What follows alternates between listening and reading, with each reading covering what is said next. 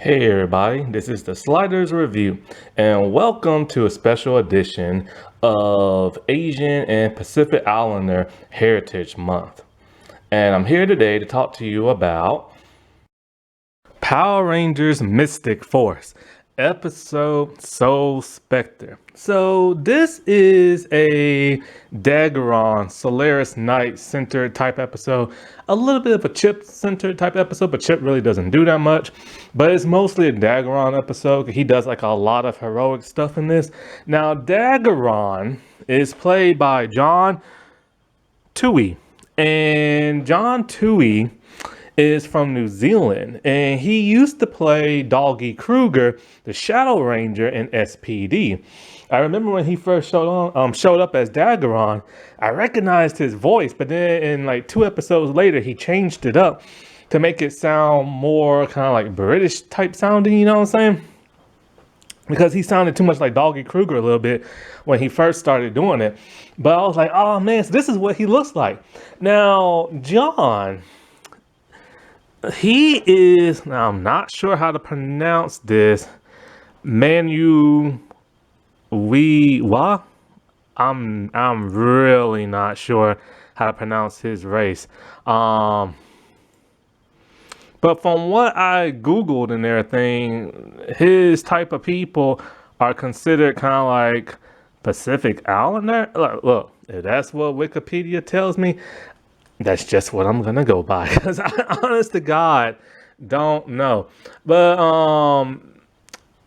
Manuer Wa, Lord, I can't say that, is a variant of Mari. And so, of course, Mari people, from what Wikipedia tells me, not Wikipedia, but Google tells me they're Pacific Islanders. So if they are, then hey, I get to talk about him for this month and everything. And so, like, he is the 6th Ranger in this. No, wait, he's the 7th Ranger in the series. I keep forgetting about Udana, the White Ranger, because she lost her powers in the beginning of the season. But she doesn't really become a Power Ranger again until the very end. But yeah, he is the 7th Ranger. This series has a total of 8. But he's a special Ranger. He is a Night Ranger. And Night Rangers are something that started getting created around the Disney era. At first, there was the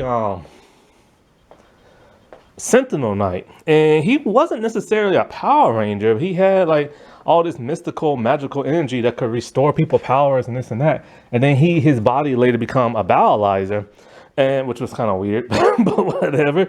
But when Mystic Force started, this is when they started to Mystic Force came before Operation Overdrive.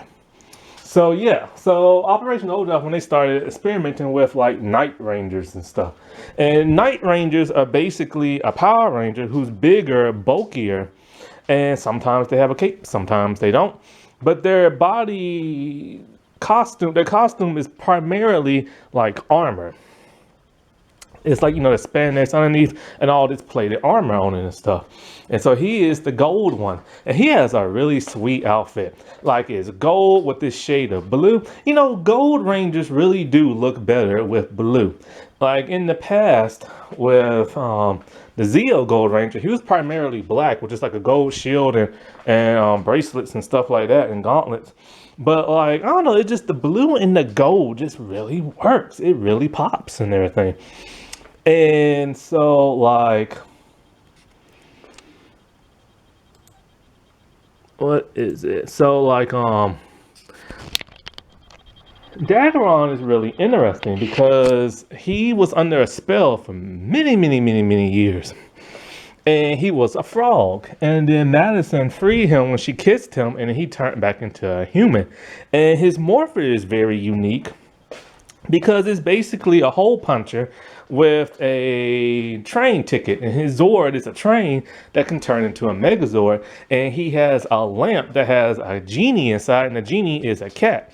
And his style of fighting is gun fu. His lamp is kind of like a lamp laser, and he uses it as a gun.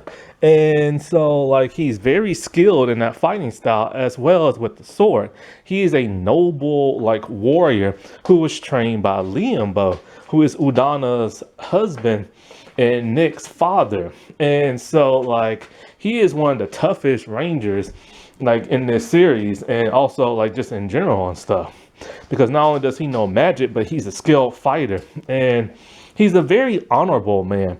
Like, but he's also very stern when he teaches people. Him and Xander got into it, like, when he tried to, like, teach him how to be like a wizard.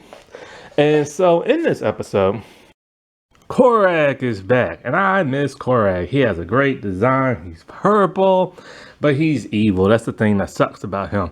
And he's been gone ever since his sword was destroyed, and he took this other dude's sword that had a lot of dark energy in it from the master.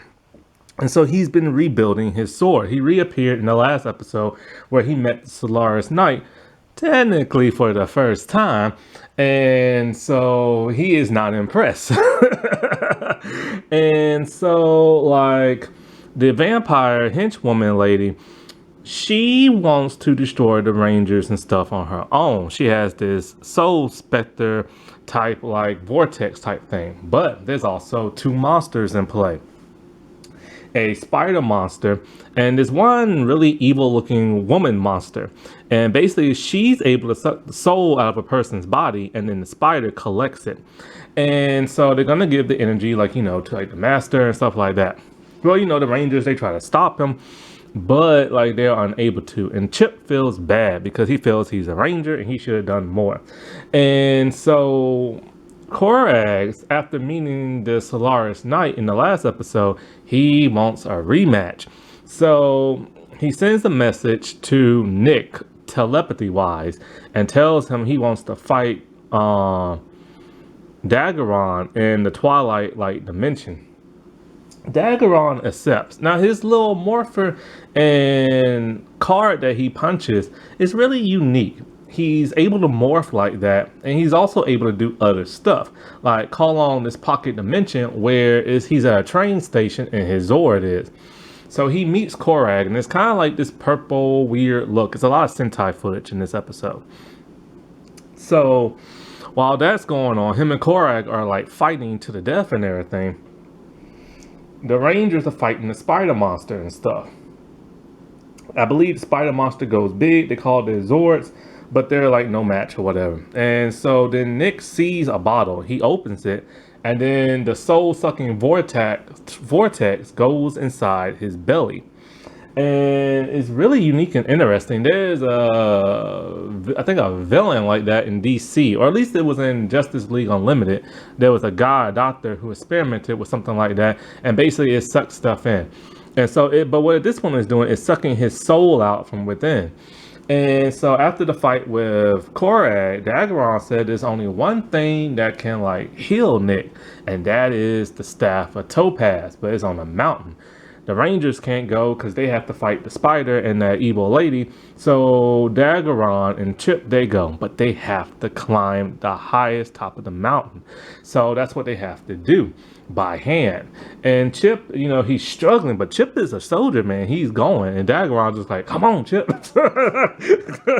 don't know if he was encouraging him or just being tough on him. So they get to the top, and Chip can barely move. As Daggeron's trying to get the staff, here comes Korag. And so, Daggeron doesn't want to fight Korag because Chip is more important. But he knows he's going to have to because Korag ain't going to let him get that staff. So they fight again. And Korag calls on Centaurus to turn into the Centaurus Megazord. I love when he does that spell. It is so great. And so he calls on his Solar Train Megazord, and they just like whoop on each other and everything. And Korag is extremely tough. He is a valiant warrior, but so is the Solaris Knight. He ain't gonna give up without a fight, and he blasts the crap out of Korag, and he saves Chip. Chip rejoins the rest of the Rangers, and so like him and Daggeron, all six of them, they like get rid of the spider, and Daggeron frees all the trapped souls. But now the hench lady is still left. So the Rangers call on their Megazord, their Titan Megazord, and they dispose of her very quickly. At the end of the episode, see, in the middle, Chip wants to be a knight, and similar to Daggeron. So Daggeron said, he'll train him in everything he knows. So they start like practicing with the bow and arrows. And then Daggeron tells him, I was trained by the best, Liambo, which Chip has no idea who that is. And he tells him it's Udana's husband, which Udana has never mentioned to none of the Rangers. And the thing about Liambo is Liambo sacrificed himself to close up the dark dimension in the underground. And so because he had to close the gate, he's trapped and everything. And Daggeron feels terrible because he was never there to fight by his side, to help him and stuff. And this is just more world building because, they're cooking now because, there's a huge revelation that happens towards, the rest of the series. Happy Asian and Pacific Islander month, everybody. Alrighty, well, I'll talk to y'all later. Bye.